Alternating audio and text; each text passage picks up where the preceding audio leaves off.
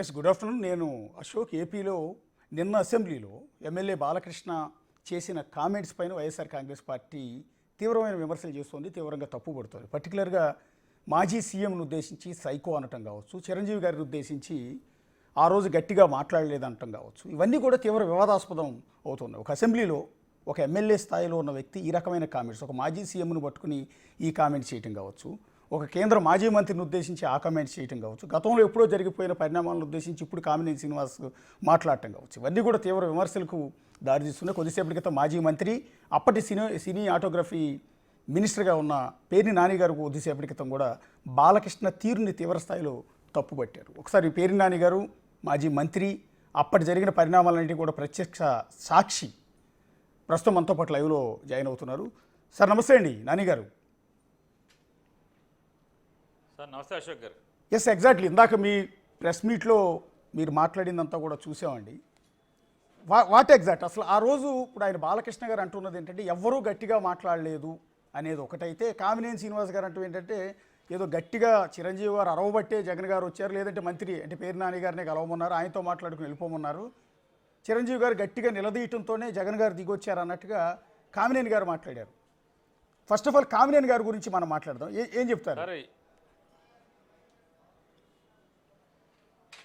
Sir? Kamineni Srinivas గారికి అర్జెంటుగా మంత్రి అయిపోవాలి, ఇక మళ్ళీ పోటీ చేయనేది చెప్తున్నా అంట. ఆయన ఎప్పటికప్పుడు అట్లా చెప్తుంటాడు, ప్రతి ఎలక్షన్లో కూడా ప్రతిసారి పదలో ఉన్నప్పుడల్లా ఈసారి పోటీ చేయను అంటూ ఉంటాడు, మళ్ళీ వచ్చేస్తుంటాడు ఆయన. కాదే ఈ టర్మ్లో ఆయన మంత్రి అవుతానని ఎక్స్పెక్ట్ చేశాడు. ఓకే, కానీ మంత్రి అవ్వాల. అమిత్ షా వచ్చి ఒక్క దెబ్బ వేసాడు, మామిడి మీద ఒక్కటి కొట్టాడు.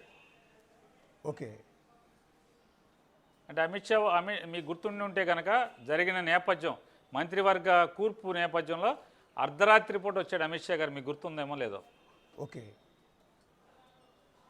అర్ధరాత్రి 12 గంటలకు 1 గంటకు నారా చంద్రబాబు నాయుడు గారి నది ఒడ్డున్నటువంటి ఆయన నివాసంలోకి అక్కడ మీటింగ్ జరిగింది. అవునండి.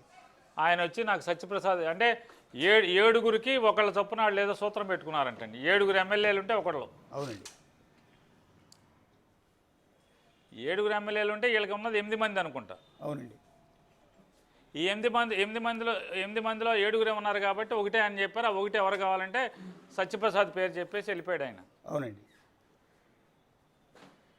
పాపం చంద్రబాబు నాయుడు గారికి అయితే మనసు నిండా 2 చెప్తాడేమో, ఏ పేరు చెప్పకుండా బాబు మీ ఇష్టం బాబు గారు మీరు వేసుకోండి అంటే కామినేని శ్రీనివాస్ వేసుకునేవాడు.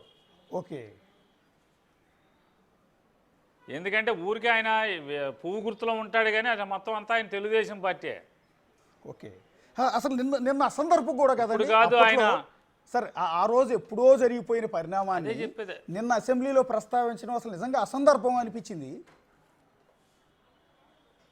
అదే చెప్పేది, మంత్రి పదవి కావాలి, సంవత్సరంన్నర అయిపోయింది, ఒకటి ఖాళీ ఉంది, ఆ ఒకటో లేదా సత్యప్రసాద్ని పీకే ఏమన్నా షఫ్లింగ్ అంటున్నారు కదా, షఫ్లింగ్లో సత్యప్రసాద్ని పీకే ఏమన్నా తను వేస్తారా, లేదా ఒకటి ఖాళీ ఉంటే ఒకటి తనకేమన్నా వేస్తాడో అని ఆశతో మాట్లాడటమే. ప్యూర్లీ మంత్రి పదవి కోసం నారా చంద్రబాబు నాయుడు గారి దగ్గర మార్కులు కొట్టేయడం కోసమే ఇదంతా కూడా ఈ తాపత్రయం. సార్ ఆ రోజు మీరు ప్రత్యక్ష సాక్షి, మీరు ఆ రోజు కన్సర్న్ మినిస్టర్ కూడా, సినిమా ఇండస్ట్రీతో మొదట మాట్లాడింది మీరు, జగన్ గారి దగ్గరికి తీసుకెళ్ళింది మీరు, టికెట్ రేట్లు పెంచడానికి కోఆపరేట్ చేసింది మీరు. వాట్ ఎగ్జాక్ట్ అసలు ఏం జరిగింది సార్? ఆ రోజు సినిమా టీం అంతా వచ్చింది, రాజమౌళి గారు, చిరంజీవి గారు, ప్రభాస్ గారు, మహేష్ గారు, ఆర్ నారాయణమూర్తి గారు, ఇలా పోసాని కృష్ణమురళి గారు, వీళ్ళందరూ కూడా ఆ రోజు వచ్చారు. ఆ టీంలో మీరు కూడా లోపలికి వెళ్ళారు, ఆ మీటింగ్లో మీరు కూర్చున్నారు. వాట్ ఎగ్జాక్ట్ ఏం జరిగింది సార్? నేను లోపలికి వెళ్తాం కదా సార్, నేనే ఇదంతా కోఆర్డినేట్ చేసింది, రిసీవ్ చేసుకుని లోపలికి తీసుకెళ్ళింది నేనే. వాళ్ళందరినీ చైర్లో కూర్చోబెట్టి కాఫీ సర్వ్ చేసి, సార్ ఆయన ఆఫీసర్లతో మాట్లాడుతున్నారు తీసుకొచ్చేస్తాను సార్ అని చెప్పి లోపలికి వెళ్ళి ఛాంబర్లో ఆయన అప్పటికే సినిమా అంటే చిరంజీవి గారు వాళ్ళు వీళ్ళందరూ ఏం అడగచ్చు, తర్వాత మనం ఎంతవరకు మనం వాళ్ళకి చెప్పచ్చు, ఇలాంటివన్నీ ఆయన డిస్కస్ చేసుకుని వచ్చారు ఆయన. నేను వెళ్ళి చెప్పడం, సార్ చిరంజీవి గారు వాళ్ళు వచ్చేసారని, కానీ వెంటనే గబాన్ లేచి వచ్చేసారు స్పీడ్గానే వచ్చి కూర్చుని అందరూ ఆయన రాగానే బొకే ఇచ్చారు, అందరూ కలిసి శాలువా కప్పారు, బొకే ఇచ్చారు, కూర్చొని మాట్లాడారు. అన్నీ మాట్లాడిన తర్వాత వీళ్ళ టాక్స్ అన్నీ అయిపోయిన తర్వాత చిరంజీవి గారిని, రాజమౌళి గారిని, మహేష్ బాబు గారిని, ప్రభాస్ గారిని, ఇంకొక ఆయన ఏదో విజయ్ ప్రసాద్ ఏదో ఉందండి, ఆయన బారుగా ఉంటాడు, నాకు పేరు గుర్తురాట్లా, ఆయన కూడా వచ్చారు. ఓకే. సీఎం గారి ఛాంబర్లోకి తీసుకెళ్ళి యాంటీ రూమ్లో కూర్చున్నాం అక్కడ. ఓకే. కూర్చునే అంటే మరి ఇలా మాట్లాడైతే యాంటీ రూమ్లోకి ఎందుకు తీసుకెళ్తాడు? అవునండి. రెండోది అసలు ఇప్పుడు చిరంజీవి గారు ఆయన నెగోషియేట్ చేశాడు. నేను ఇండస్ట్రీ తరపున మేము ఒక నిర్ణయం తీసుకున్నామండి, ఇలా సినిమా రేట్లు ఇలా కంట్రోల్ చేయాలి, లేకపోతే ఇలా జరుగుతుంది, ఇది కరెక్ట్ కాదు.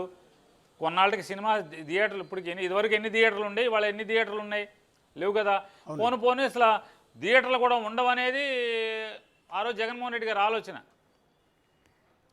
ఇప్పుడు కూడా వాస్తవం ఎవరినన్నా అడగండి, ఇదే రీతిలో వెళ్తే ఎక్కువ సినిమా హాల్స్ అనేది దొరకకుండా వెళ్ళిపోతాయి మీకు. అవునండి. కొన్నాళ్ళు సినిమా హాల్స్ అన్నీ కూడా ఫంక్షన్ హాల్స్ కిందను అన్నిటి కింద మారిపోవాల్సిందే. అవునండి. అయితే కళ్యాణ మండపాలు అవ్వాలి, లేదంటే కనుక కాంప్లెక్స్లు అయిపోవాల్సిందే. అవునండి. ఇప్పుడు మీరు నేరుగా సీఎం గారి దగ్గరికి వాళ్ళందరినీ కోఆర్డినేట్ చేశారు, తీసుకెళ్లారు, మీటింగ్లో కూర్చోబెట్టారు, మీటింగ్లో వాళ్ళ సమస్యలు వాళ్ళు చెప్పుకున్నారు. సార్ దీనికి ఇదొకటే కాదు సార్, దీనికి ముందు చిరంజీవి గారు నాతో మాట్లాడితే ఆయన ఏమన్నారంటే, నాని ముందు అసలు మాతో నువ్వు వచ్చి మాట్లాడు. ఓకే. మాతో నువ్వు వచ్చి అంటే ముందు ఆయన అన్నారు, నేను నీతో వచ్చి మాట్లాడతానని అన్నారు. ఓకే సార్ నేను ఆ రోజు చెప్పాను, నేను చిరంజీవి ఫ్యాన్ అండి, మీరంటే గుడ్డలు చించుకునేవాళ్ళం, మీకు దండలు వేసేవాళ్ళం, సినిమా బోర్డులకి దండలు వేసేవాళ్ళం. ఇప్పటికీ మీ సినిమా ఏదున్నా సినిమా పిచ్చే మిమ్మల్ని చూస్తూనే ఉంటాం, వెళ్తాం, ఫస్ట్ డేకి వెళ్తాం. మీరు రావటం ఏంటి సార్, నేనే మీ ఇంటికి వస్తాను, కాదు సీఎం గారికి ఒక మాట చెప్పి వస్తానని చెప్పి జగన్ గారితో, సార్ చిరంజీవి గారు సినిమా ఇండస్ట్రీ సమస్యలన్నీ చెప్తా అంటున్నారు, నన్ను రమ్మంటున్నారు, నేను వెళ్దామని చెప్పాను. వెళ్ళరానని అన్నీ వినిరా, వచ్చాక మన ఇద్దరం మాట్లాడుకుని ఏం చేయాలో మాట్లాడదాం అని చెప్పారు. చిరంజీవి గారి ఇంటికి వెళ్ళాను. నేను చిరంజీవి గారి ఇంటికి వెళ్ళినప్పుడు సినిమా పెద్దలందరినీ కూడా చిరంజీవి గారు బ్రేక్ఫాస్ట్కి పిలిచారు. ఓకే. ఆ మీటింగ్లో రాజమౌళి గారు ఉన్నారు, నాగార్జున గారు ఉన్నారు, ఇంకా చాలామంది ఉన్నారు, వాళ్ళందరూ వచ్చారు. ఓకే. వచ్చి సినిమా వాళ్ళు చాలామంది, 15 మంది ఎంతమంది వచ్చారు. బ్రేక్ఫాస్ట్ చేస్తా, కాఫీ తాగుతా మాట్లాడుకున్నాం. మాట్లాడిన తర్వాత అన్నీ నేను మొత్తం నోట్ చేసుకున్నాను, వారు చెప్పేవన్నీ కూడా. సార్ జగన్ గారితో చెప్పి మళ్ళీ మీకు కౌరు చెప్తానండి అని చెప్పాను. ఓకే. తర్వాత చిరంజీవి గారు నాతోనే కోఆర్డినేట్ అంటే సినిమా ఇండస్ట్రీకి ఆయన, ప్రభుత్వానికి నేను ఇద్దరం మాట్లాడుకుంటా, సో పలానా తారీఖున అంటే ఆయన చెప్పారు, నానే ఒక 3-4 డేట్లు కావాలి మాకు. ఆ 3-4 డేట్లు అంటే సినిమా హీరోలందరూ కూడా షూటింగ్లు ఉంటాయి కాబట్టి ఆ డేట్ కన్వీనియంట్ డేట్ ఫిక్స్ చేసుకుంటాం మేము వాయిదాలు వేసి అని చెప్పి ఆయన 3-4 డేట్లు పెడితే నేను జగన్ గారితో మాట్లాడి 3-4 డేట్లు ఇచ్చాను. అందులో ఒకటి చిరంజీవి గారు ఫిక్స్ చేసి అందరితో మాట్లాడి ఆయన వచ్చారు.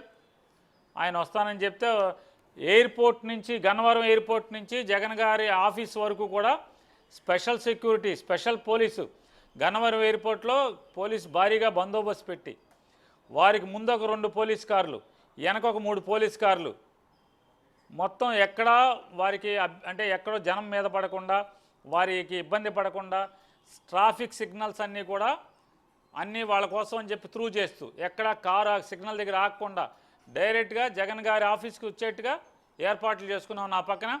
అప్పటి ఇంటెలిజెన్స్ డీజీపీ గారు కూడా నా పక్కనే ఉండి ఇవన్నీ కూడా మానిటర్ చేశారు. టోటల్గా విజయవాడ సిపితో కంటిన్యూస్గా మాట్లాడుతూ ఎక్కడా సిగ్నల్ పడకూడదు, డైరెక్ట్గా వాళ్ళని జగన్ గారి ఇంటికి ఆఫీస్కి వచ్చేట్టుగా చెయ్యండి అని చెప్పాం. పోలీసు ముందు ఎస్కార్ట్లు ఉన్నాయి, ముందు పైలట్లు ఉన్నాయి, వెనక ఎస్కార్ట్లు ఉన్నాయి.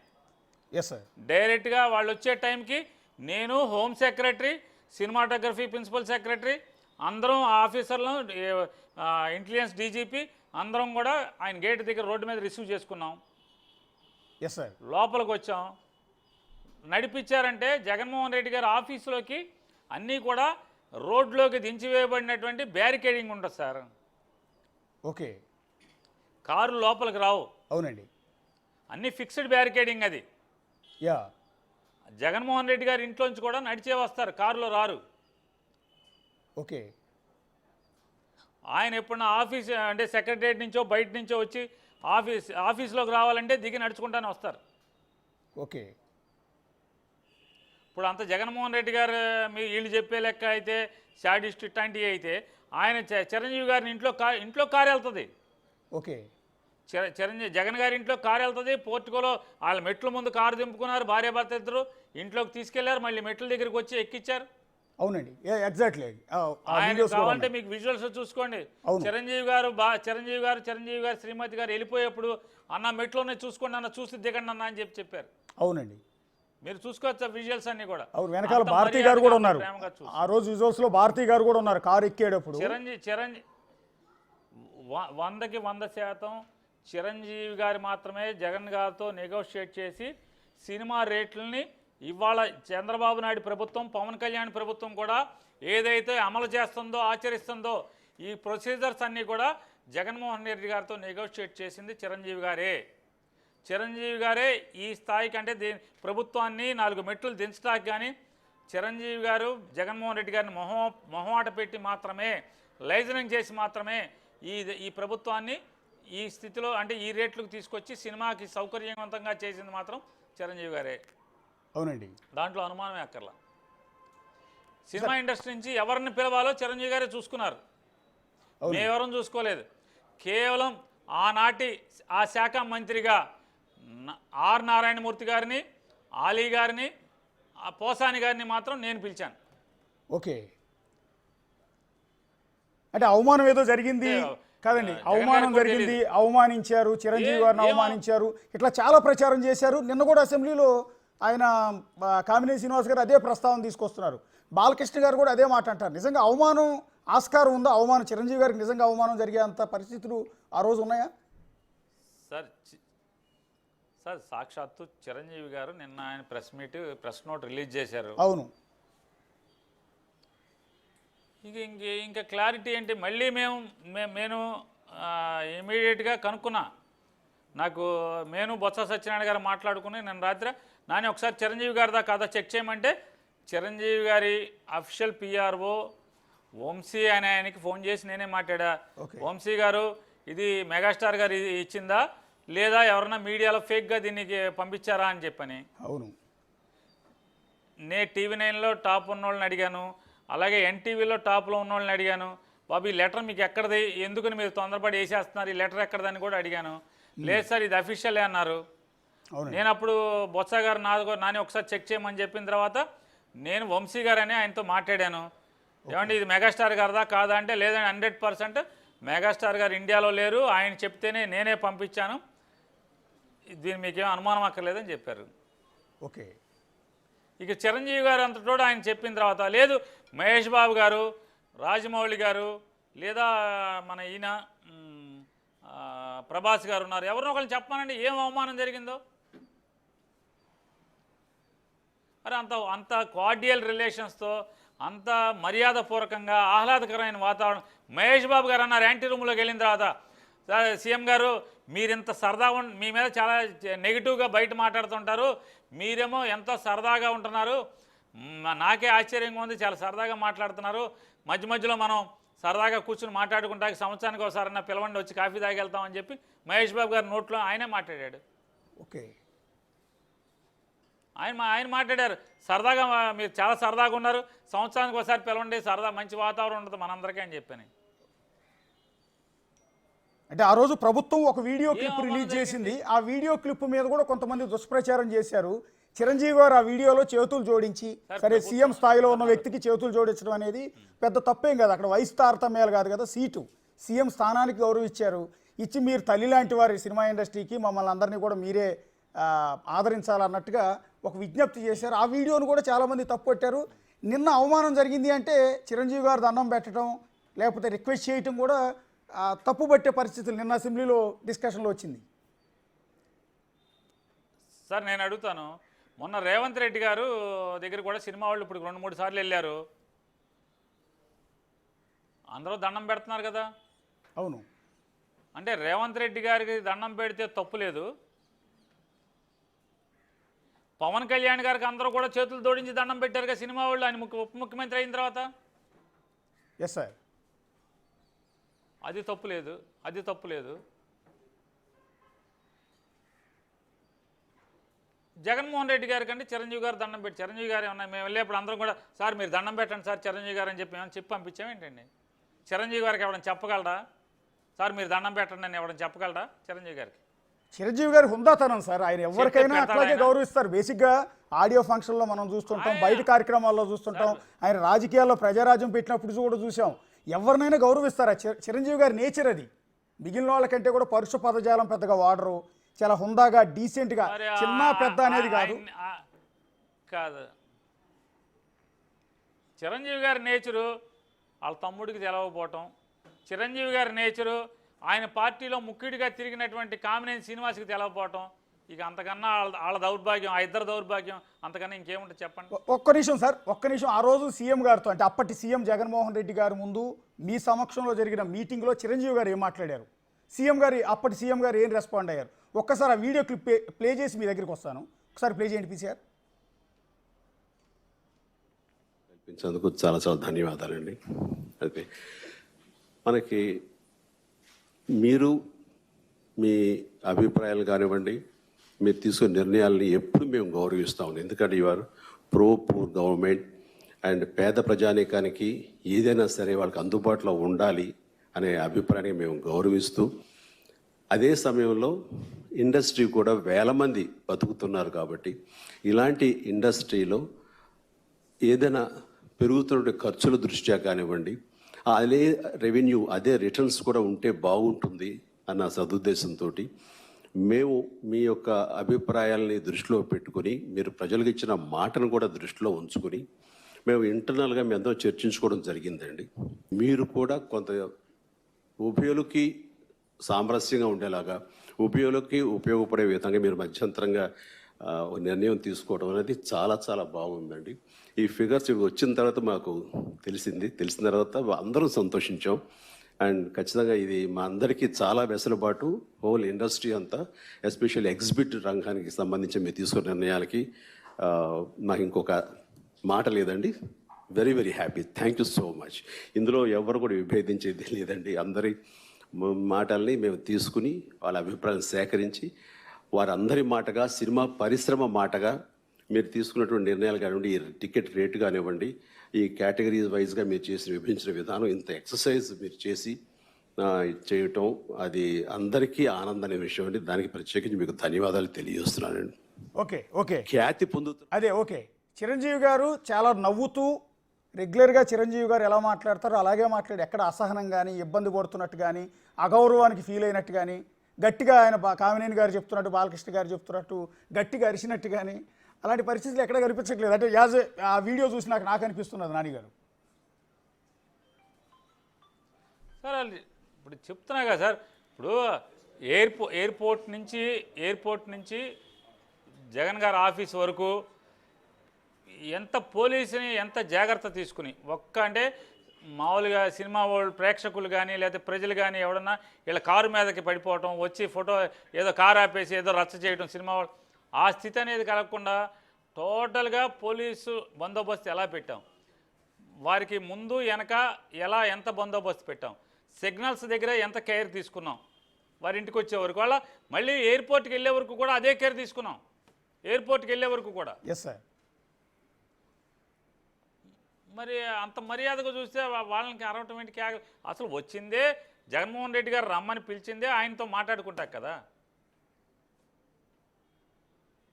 కానీ నిన్న బాలకృష్ణ గారు ఇంత పాపం, ఇంతకన్నా పాపం ఇంకే. నిన్న బాలకృష్ణ గారు అసెంబ్లీలో మాట్లాడింది ఒకసారి ప్లే చేయండి. అప్పుడు అందరూ ఇండస్ట్రీ కలవడానికి వెళ్ళినప్పుడు సైకో గారిని చిరంజీవి గారు గట్టిగా అడిగితే అప్పుడు ఈయన వచ్చాడంది అబద్ధం. గట్టిగా ఎవడు అడగలేదు అక్కడ. అది మీరు అన్నారు ఇందాక, ఏదో గట్టిగా అడిగితే ఈయన వచ్చాడు మళ్ళీ కలవడానికి, లేకపోతే ఏదో సినిమాటోగ్రఫీ మినిస్టర్ కలవమన్నారు అని. ఏంటంటే ఐ డినై దిస్ అండి.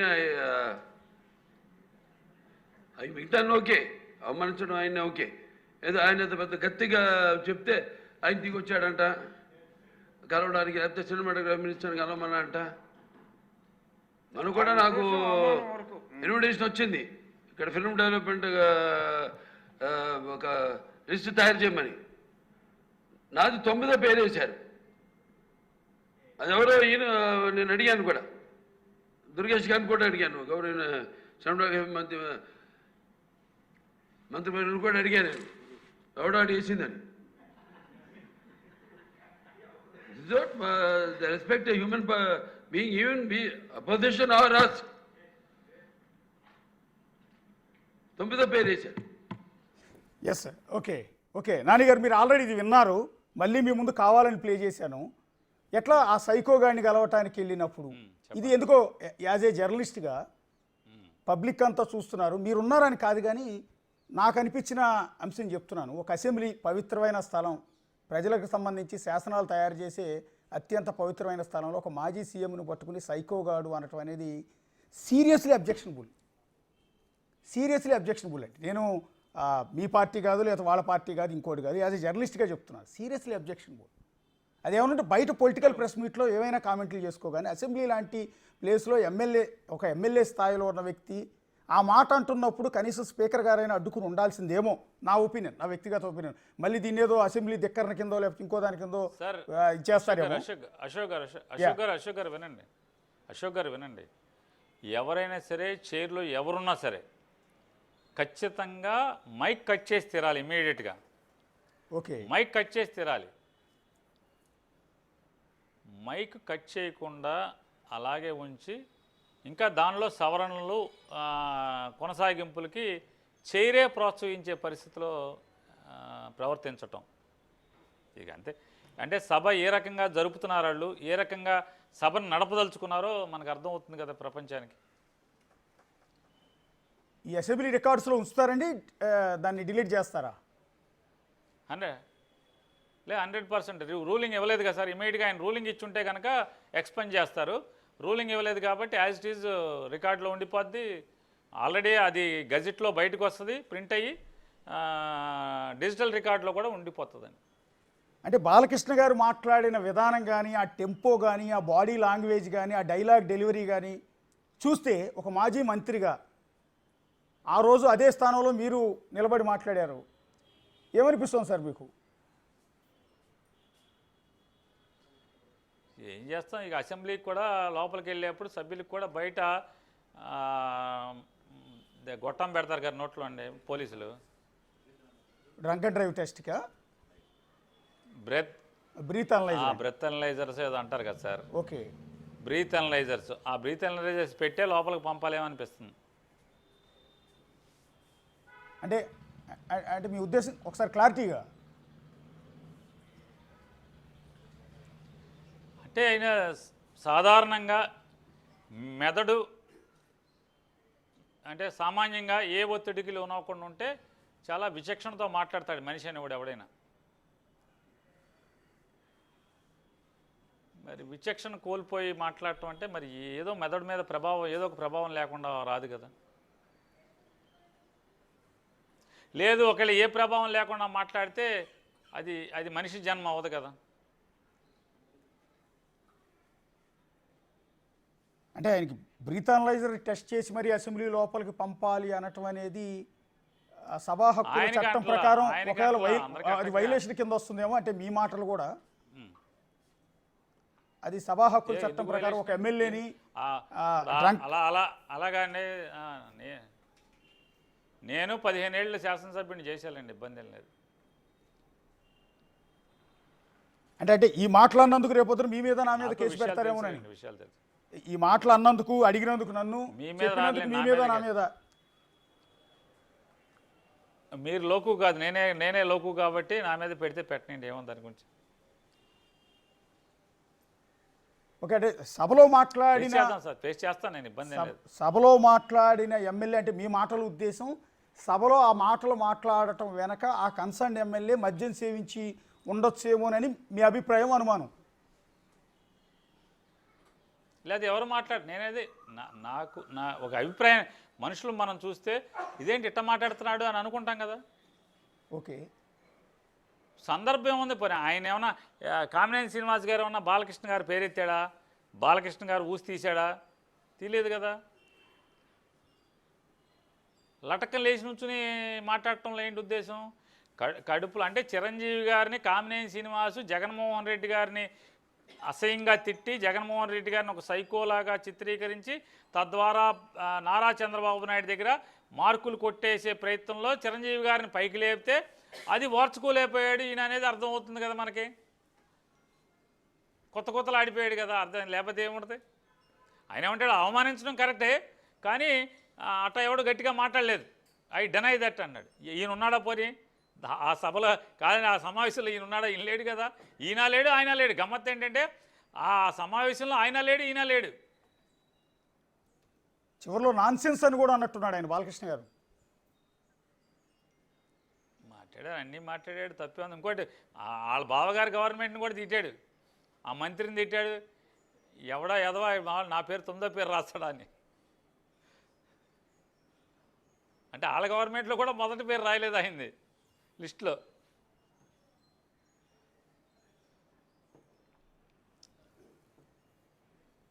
అవునవును, అంటే ఆయన కందులు దుర్గేష్ గారిని ఉద్దేశించి రీసెంట్గా జరిగిన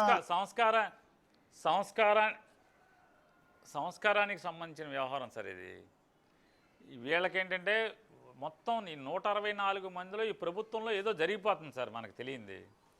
ఒకడంటే ఒకడికి పడక, ఒకడంటే ఒకటి ఈర్ష్య, ద్వేషాలు, గుంపులు, ముఠాలు. నిన్నగాక మనం చూసాం, మనం పవన్ కళ్యాణ్ గారిని ఆయన ఎవరో నువ్వు అందుబాటులో ఉండలేదు అని చెప్పాడు. అతనేమో నువ్వు వెంటనే పవన్ కళ్యాణ్ ఏం చెప్పాడు, నువ్వు డబ్బుల కోసం బ్లాక్మెయిలింగ్ చేస్తున్నావు ఆ ఎమ్మెల్యే మీద ఎంపడబడుతున్నాడు. ఇంకొకటి ఎవడో నిన్న ఒక ఎమ్మెల్యేనేమో పవన్ కళ్యాణ్ దగ్గర ప్రజాస్వామ్యం లేదని ఒక ఎమ్మెల్యే మాట్లాడుతున్నాడు. ఇంకోటి ఎట్లా రకరకాల ఎవడెవడేంటో అర్థం కావట్లా. ఇది అసలు వీళ్ళదంతా ప్రభుత్వమేనా లేకపోతే అసలు ఏంటి? ఒకరినొకడు తిట్టుకోవటం, ఒకరినొకడు వ్యతిరేకించడం, ఇది గమ్మత్తుగా ఉంది ఇదంతా కూడా. అంటే చిరంజీవి గారు రాసిన లేఖలో ఒక మాట అన్నారండి, బాలకృష్ణ గారు అన్న మాటల్లో కొంత వ్యంగ్యంగా మాట్లాడుతున్నారు నా గురించి అని. సో అంటే చిరంజీవి గారు అక్కడ కొంత హర్ట్ అయినట్టుగా, కొంత ఆయన మనోభావాలు దెబ్బతిన్నట్టుగా అనిపిస్తుంది ఆయన రాసిన లెటర్ని బట్టి చూస్తే. నన్ను ఉద్దేశించి మాట్లాడే సందర్భంలో బాలకృష్ణ గారు వ్యంగ్యంగా మాట్లాడారు అని. సరే అక్కడికి అంటే నేను అదే చిరంజీవి గారు కూడా నాకు థ్యాంక్స్ చెప్తూ అదే చెప్పాను. ఇదే చిరంజీవి గారు ఇదే లెటర్ వాళ్ళ తమ్ముడు మాట్లాడినప్పుడు రాసి ఉంటే ఇంకా చాలా గొప్పగా ఉండేది అనేది నేను భావిస్తున్నాం అనేది నేను చెప్పాను కూడా. అయినా ఇప్పటికైనా రాశారు, ఇప్పటికైనా ఆయన స్పందించారు, థ్యాంక్స్ అనే చెప్పాను. చాలా జగన్ గారి తరఫున, వైఎస్ఆర్ కాంగ్రెస్ పార్టీ తరఫున పేరు నానిగా వారికి థ్యాంక్సే చెప్పాను. ఇప్పుడు బయట బాలకృష్ణ అయితే కడుపు రగిలే చిరంజీవి గారిని కామినేని శ్రీనివాస్ అసెంబ్లీలో పొగుడుతూ భరించలేక తిట్టాడనేది చిరంజీవి గారి మీద పడ్డాడు, దాంతో జగన్ గారి మీద పడ్డాడని నాకు అర్థం అవుతుంది కదా. అంటే బయట ఒక డిస్కషన్ జరుగుతుంది, కారణం అదే. మీ నోటీస్కి వచ్చిందో లేదో బాలకృష్ణ గారు మామూలుగా హిందూపురం గురించి ఒక మాట మాట్లాడాల. హిందూపురం గురించి కానీ, ఆ జిల్లా గురించి కానీ, రాష్ట్రంలో ఉన్న సమస్యల మీద కానీ, రైతుల సమస్యల మీద కానీ, లేదా జరుగుతున్నటువంటి హింస మీద కానీ, జరుగుతున్నటువంటి దాడుల మీద కానీ, ఈ రాష్ట్రంలో గాడి తప్పిన లాండ్ ఆర్డర్ గురించి కానీ ఎక్కడ ఒక్కరోజు కూడా బాలకృష్ణ గారు లేచి మాట్లాడాల. అంటే బయట ఒక డిస్కషన్ జరుగుతుంది నానిగారు బయట ఒక డిస్కషన్ జరుగుతుంది. నేను బాలకృష్ణ గారి కామెంట్స్ని ఎవరో హర్షించట్లా, యాక్సెప్ట్ చేయట్లా. అది పార్టీలకు అతీతంగా పబ్లిక్ నుంచి కూడా కొంత వ్యతిరేకత వస్తుంది, కొంతగా చాలా వ్యతిరేకత వస్తుంది. అలా అనటం అనేది చిరంజీవి గారిని ఉద్దేశించి మాట్లాడటం కావచ్చు, జగన్ గారిని ఉద్దేశించి మాట్లాడటం కావచ్చు, సభా మర్యాదలను గౌరవించి ఒక పవిత్రమైన అసెంబ్లీలో ఉండి ఆ కామెంట్స్ చేయటం అనేది కరెక్ట్ కాదని ప్రతి ఒక్కళ్ళు అంటున్నారు. కానీ ఇంకో ఆసక్తికరమైన డిస్కషన్ ఏంటంటే, యాక్చువల్లీ అదే ఎవరిని ఉద్దేశించి అయితే బాలకృష్ణ గారు మాట్లాడారో చిరంజీవి గారిని ఉద్దేశించి, అదే చిరంజీవి గారి సోదరుడు మీ కూటమి ప్రభుత్వంలో డిప్యూటీ సీఎంగా మీ పక్కన ఉన్నారు. నిన్నంటే లేనట్టున్నారు ఆయన మాట్లాడినప్పుడు. కానీ మరి ఇది కూటమికి విఘాతం కలిగించే అంశం కాదు కదా. మీ ప్రభుత్వంలో డిప్యూటీ సీఎంగా ఉండి మీకు పొత్తుగా మీకు అండగా నిలబడిన వ్యక్తి సోదరుని ఉద్దేశించి, మెగాస్టార్ చిరంజీవిని ఉద్దేశించి బాలకృష్ణ గారు ఈ కామెంట్ చేయటం వల్ల పవన్ కళ్యాణ్ గారికి కూడా ఇబ్బందే కదా. ఆయన ఎందుకు రియాక్ట్ కావట్లేదు? అయ్యేమి ఇబ్బందులు ఉండవు సార్ ప్రస్తుతం. అసలు మామూలుగా వీళ్ళు తన్నుకుని ఏదైనా వాళ్ళకి జగన్ భయం, జగన్ అంటే భయం. ఆ భయంతో వీళ్ళు అంతా ఎన్ని తన్నుకున్నా దుప్పట్లో కుమ్ములాట్లాగా వీళ్ళు కుమ్ముకుంటూ ఉంటారు, తన్నుకుంటూ ఉంటారు, తిట్టుకుంటూ ఉంటారు, కలిసే ఉంటారు. అంటే చాలా విస్తృతమైన లాభాలు ఉన్నాయి కదా, చాలా లాభాలు ఉన్నాయి. అంటే అన్నగారికి ఆ లాభాలు- ఆ కాదు సార్, లాభాలు ఎంజాయ్ అన్నగారు చేయడం కోసం, లాభాల అన్నగారికి మనసు నొచ్చుకున్నప్పుడు, అన్నగారు బాధపడుతున్నప్పుడు తమ్ముడు గారికి ఉండదా? ఏమంటే వాళ్ళ అమ్మగారినే లోకేష్ గారు చాలా ఛానల్స్లో మనుషులను పెట్టి తిట్టించాడు, నా తల్లిని దూషించావు, నీ సంగతి తెలుసా అని చెప్పి ఆయనతోనే చట్టపట్టలు వేసి తిరుగుతున్నాడు. ఆ తమ్ముడు అని వాటేసుకుంటున్నాడు, ఆయన అన్నయ్య అని వాటేసుకుంటున్నాడు, ఇద్దరు కలిసి. ఇక మనం ఏం చేస్తాం ఇక. యా, థ్యాంక్ యూ రాణి గారు. మీరు ఆల్రెడీ అర్జెంటుగా వెళ్ళాల్సి ఉన్నట్టుంది. బహుశా చాలా టైం, వాల్యుబుల్ టైం ఇచ్చారు. ఎస్, ఆ రోజు ప్రత్యక్ష సాక్షి పేర్ని నాని గారు, ఇప్పుడు మనతో మాట్లాడిన వ్యక్తి ప్రత్యక్ష సాక్షి. ఆ రోజు ఏం జరిగింది? యాక్చువల్గా ఆ రోజు సినిమా ఇండస్ట్రీ టికెట్ రేట్ల పెంపుకు సంబంధించి వివాదం నడుస్తున్న సందర్భంలో ఎంటైర్ కోఆర్డినేట్ చేసి, మొదట లీడ్ చేసి చిరంజీవి గారి ఇంట్లో ఒకసారి మీటింగ్ పెట్టి, చిరంజీవి గారు, నాగార్జున గారు, ఇట్లా పెద్ద హీరోలందరితో కూడా సమక్షంలో పేర్ని నాని గారు మీటింగ్ పెట్టి, ఆ తర్వాత జగన్ గారితో మీటింగ్ అరేంజ్ చేసి, హైదరాబాద్ నుంచి ఇక్కడ వరకు వచ్చిన యాక్టర్స్ అందరినీ కూడా ఎయిర్పోర్ట్ దగ్గర నుంచి భారీ భద్రతా ఏర్పాట్ల మధ్య జగన్ గారి ఇంటి దగ్గరికి తీసుకెళ్ళి కూర్చోబెట్టి కండక్ట్ చేసి మాట్లాడించిందంతా కూడా ఆ రోజు మంత్రిగా ఉన్న పేర్ని నాని గారు. సో ప్రత్యక్ష సాక్షిగా ఆ రోజు ఏం చూశారో వాళ్ళు అదే ఆయన చెప్తూ ఉన్నారు. ఇక అసలు నిన్న అసందర్భం, కామినేని శ్రీనివాస్ గారు అసెంబ్లీలో ఆనాడు సినిమా ఇండస్ట్రీ చిరంజీవి గారు వీళ్ళందరూ వచ్చిన సందర్భంలో ఏం జరిగిందని ఆయన ఎందుకు ప్రస్తావించారో ఎవరికి అర్థం కావట్లేదు. దాన్ని లీడ్ తీసుకుని ఆయన గట్టిగా మాట్లాడలేదు, సైకోగాడు దగ్గరికి వెళ్ళినప్పుడు అని ఒక మాజీ సీఎంని ఉద్దేశించి ప్రస్తుత ఎమ్మెల్యే ఆ మాట మాట్లాడటం అనేది తీవ్ర ఆగ్రహానికి కారణం అవుతుంది. అది కూటమి ప్రభుత్వానికి కూడా ఇబ్బంది. మరి వాళ్ళు రెక్టిఫై చేసుకుంటున్నారా, లేకపోతే ఇలా ఎవరు ఇది తప్పని ప్రశ్నించిన వాళ్ళందరినీ మనబూతులు తిడుతున్నారా తెలియదు, కానీ తిడతారు కూడా. ఇప్పుడు ఈ రకమైన డిబేట్ పెట్టినందుకు నన్ను కూడా బూతులు తిడతారు నేను అనుకోవటం అయితే. కానీ డెమోక్రసీలో గతంలో వైఎస్ఆర్ కాంగ్రెస్ పార్టీ అధికారంలో ఉన్నప్పుడు టీడీపీ నేతలను ఉద్దేశించి అత్యంత దారుణంగా దుర్భాషలాడారు, అది తప్పు అని చెప్పిన ఇదే కూటమి ప్రభుత్వం, తెలుగుదేశం పార్టీ సభ్యులు ఇప్పుడు అదే అసెంబ్లీలో ఒక మాజీ సీఎంను ఉద్దేశించి, సో జగన్ గారి మీద నీకు కోపం ఉండొచ్చు, పేర్ని నాని గారి మీద నీకు కోపం ఉండొచ్చు, వ్యక్తిగతంగా బయట నువ్వు ప్రెస్ మీట్ పెట్టి రాజకీయాల్లో వాళ్ళ పరిధులు లేవు కాబట్టి ఇష్టం వచ్చినట్టు మాట్లాడేస్తున్నారు కాబట్టి ఎన్ని కామెంట్స్ అయినా చేసుకో. కానీ అసెంబ్లీలో 164 సీట్ల మెజారిటీ ఇచ్చి మిమ్మల్ని అందరినీ అక్కడికి పంపించిన అసెంబ్లీలో అత్యంత పవిత్రమైన స్థానంలో ఒక మాజీ సీఎంను ఉద్దేశించి, నిన్నటి వరకు 5 ఏళ్ల పాటు సీఎం స్థానంలో ఉన్న వ్యక్తిని ఉద్దేశించి సైకోగాడు అనటం అనేది మాత్రం చాలా అబ్జెక్షనబుల్. దాన్ని ఎవరు కూడా యాక్సెప్ట్ చేయలేనిది. సో అదే అంశం. సో ఆ రోజు చిరంజీవి గారికి నిజంగా అవమానం జరిగిందా లేదా అన్న దాని మీద కూడా మనం ఇక్కడైతే డిస్కస్ చేసాం. చూస్తూనే ఉండండి.